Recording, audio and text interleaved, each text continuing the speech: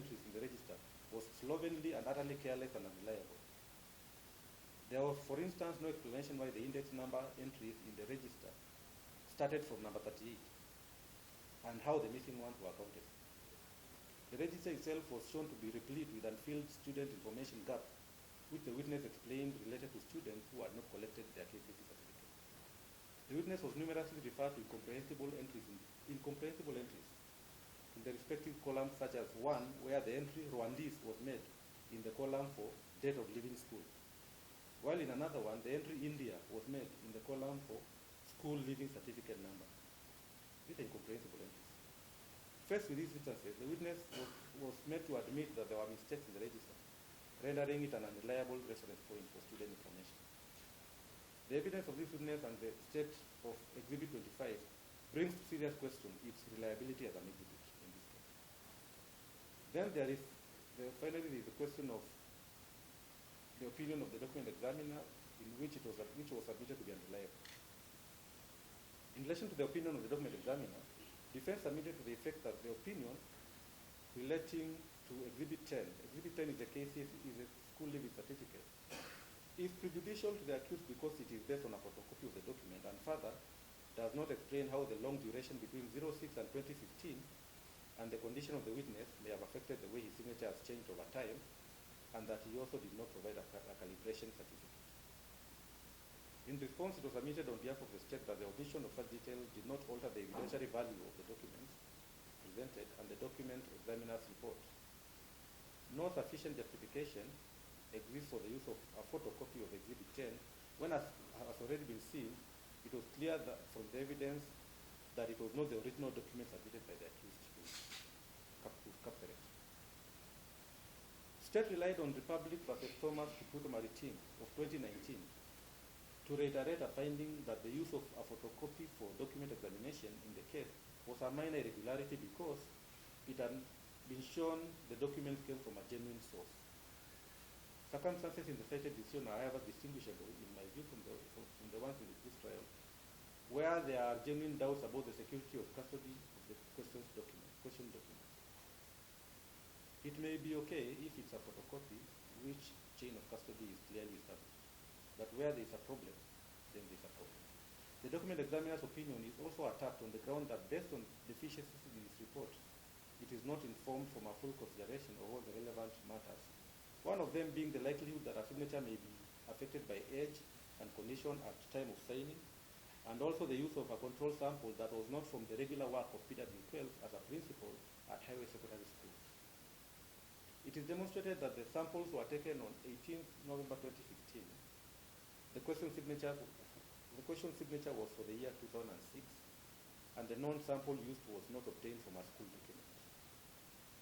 While it may, in the real sense, not have occasioned any irregularity in relation to the findings, it is not very clear why the sample signature used was not obtained from the documents the PW12 as principal regularly signed during his tenure as principal of Highway Secondary School.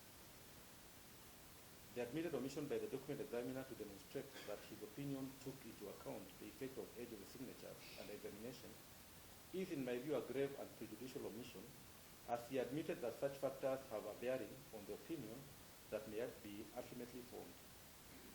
In the circumstances shown here above, it is difficult to agree with the state submission that evidentiary value of the document examiner's report is intact. From the foregoing discussion and collectivity of the findings, it is clear that the evidence adduced herein against the accused lacked the necessary sufficiency, credibility, and coherence, and the procedures for obtaining some of which did not accord with the requirements of law. I find that the general defense submission in this regard is merited and must be upheld. Determination. I now address the individual counts generally and in view of the foregoing. Counts 1, 2, 3, and 4. These charges relate to forgery and uttering of M51 and M520. 074 and Kim Diploma Certificate number 36262 are not produced on record and are not proved to be forgeries in that case. Both counsel for the state and the accused have cited the seminal decision in Caroline Wanjiku Ngugi versus Republic 2015, in which the ingredients that are necessary to be proved in a charge of forgery were discussed, citing the Indian case of Sukanti Choduri versus State of Orissa in India. In his decision, Justice Mativo, in this decision, Chivo, in one of the quotations citing the ingredients, rendered himself as follows. Referring to the another Nigerian case of Alaki versus the state. The ingredients of forgery, for the offense of forgery, are as follows. Number one, that there is a document or writing. That is the first thing that must be proved. Number two, that the document or writing is forged. Number three, that the forgery is by the accused person. Number four, that the accused person knows that the document or writing is false. Number five, that he intends the false document to be acted upon to the prejudice of the victim in the belief that it is genuine. Those are the ingredients that must be proved in a charge of forgery. There was also reference to the case of Patrick Miguna Ritu versus Republic 2018, cited on behalf of the state, in which the following passage appears, and I quote it: a document that is false must tell a lie about itself and not about the maker. We think the position is better put by stating that the false document is forged if it is made or used, if it is made to be used as genuine. End of quote. Having regard to the two decisions, it is plain that the proof of a charge of forgery, and by extension, the kindred offense of uttering, must entail the proof of a false written document as a prerequisite. Further, the fact of being false must be established purely by considering the document itself and not from extrinsic evidence. It is the document itself that must say, I'm lying. Exhibit 10, which is the subject of considerable discussion herein above, was produced in support of the charge of forgery in count 5 and the charge of uttering in count 6. It has been ascertained on available evidence that the person named in the document has not been correlated to the names of the accused in the charge. So the document and the identity are various. There is no evidence on record to show that the accused, assuming he was properly correlated with the document, met Exhibit 10 in terms of the highlighted ingredients for the offense of forgery. The state's attempt to show that he was the originator of the Exhibit 10 is not properly established on the evidence, because as already seen, that conclusion is tenuous from the evidence itself, starting with the fact that the names on the document do not properly match his. So the first thing is to correlate him with it and then say it originated from him. Exhibit 10 has no indication that it was the self-same document submitted by the accused to IEBC Kapseret Constituency Office and received by PW1. It is also now clear that there was an original of it sent to IEBC headquarters in Nairobi by PW1 and retained in his file there. The accused file kept at the Kapseret IEBC office was not availed intact with the documents contained in it. Neither had the Nairobi file housing the originals, as claimed by PW1, been availed as well. In relation to this charge and generally, no basis is laid for use of secondary evidence. Finally, the document examiner's opinion in relation to the charge of forgery is not well founded, as I already found. Without further ado, I find that the charge of alleged forgery of Exhibit 10 in count 5 against the accused is not properly established. The same is similarly hereby dismissed. Absent any evidence showing that PW1 specifically received Exhibit 10 from the accused, and absent any evidence that the person named as Sudi Kipchumba Aska is also the accused, the kindred charge of uttering in Exhibit 10 to PW1 as alleged in count 6 is also without foundation and is equally dismissed.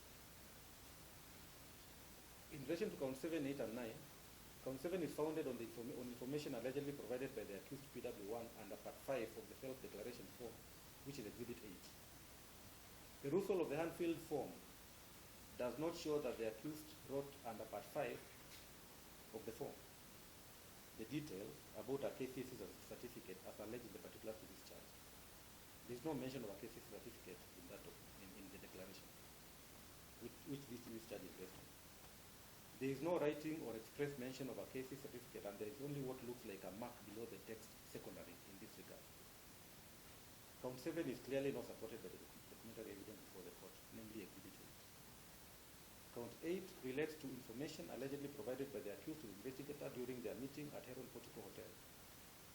I have since found that this information was irregularly obtained and the same was excluded as evidence. There is therefore no evidence to support the charge in count 8. In addition, Section 70 of the Evidence Act provides as follows, and I quote: If a document is alleged to be signed or to have been written wholly or in part by any person, the signature or the handwriting of so much of the document as is alleged to be in that person's handwriting must be proved to be his handwriting. So the declaration had to have been proved to be in the handwriting of the accused. Exhibit 8 is a standard form containing hand-filled information attributed to the accused. There is no evidence before the court to link the handwritten entries on part 5 of the document to the accused to satisfy the requirements of this section. Finally, count 7, 8, and 9 are built on the premise that MFI 9 and 20 have been proven to be forgeries and therefore false documents, which is not done. By this fact and for all the preceding reasons, the three charges fail and are hereby dismissed. In conclusion, in view of the foregoing, I find in accordance with the principles applicable that the state has failed to make a prima facie case sufficient to warrant the calling of the accused to make a defense in all the respective charges preferred against him. The orders that fit this trial are that upon conclusion, I agree with defense submission that an order of acquittal should issue, which is thereby issued under section 210 CPC in relation to each charge preferred against the accused here. Right to appeal 14 days.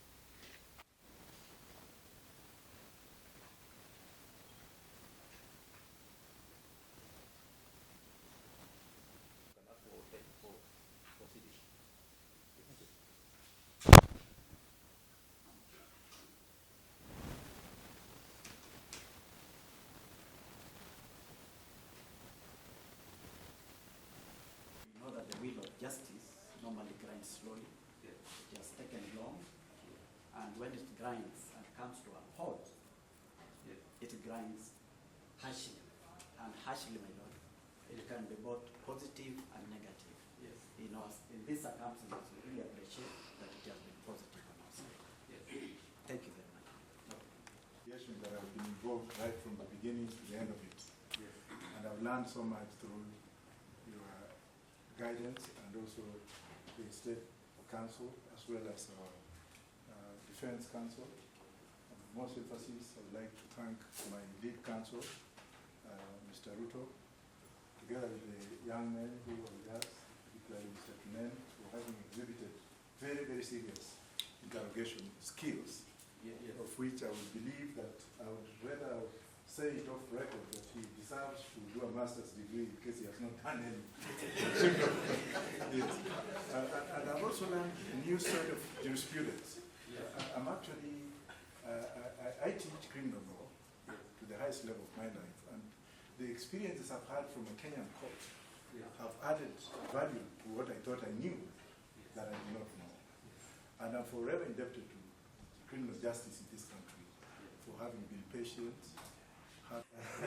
Council, Johnny Cochran. And I feel that our country is going to the...